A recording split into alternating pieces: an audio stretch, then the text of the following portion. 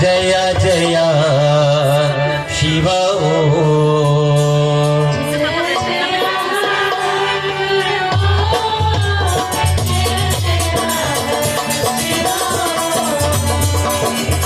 जैसे ही विवाह यज्ञ हजना में पूछो उसका पिता सभी निर्गण संस्कार थे। विवाह के भानु के मान थे अपने पिता के ऊंचे प्रतिष्ठा के भरी के मैं चेतवानी दी और कहा कि अगर पिता चले गया कि तुम गए कर रहे हाथों बा तुम्हें गति कर देंगे।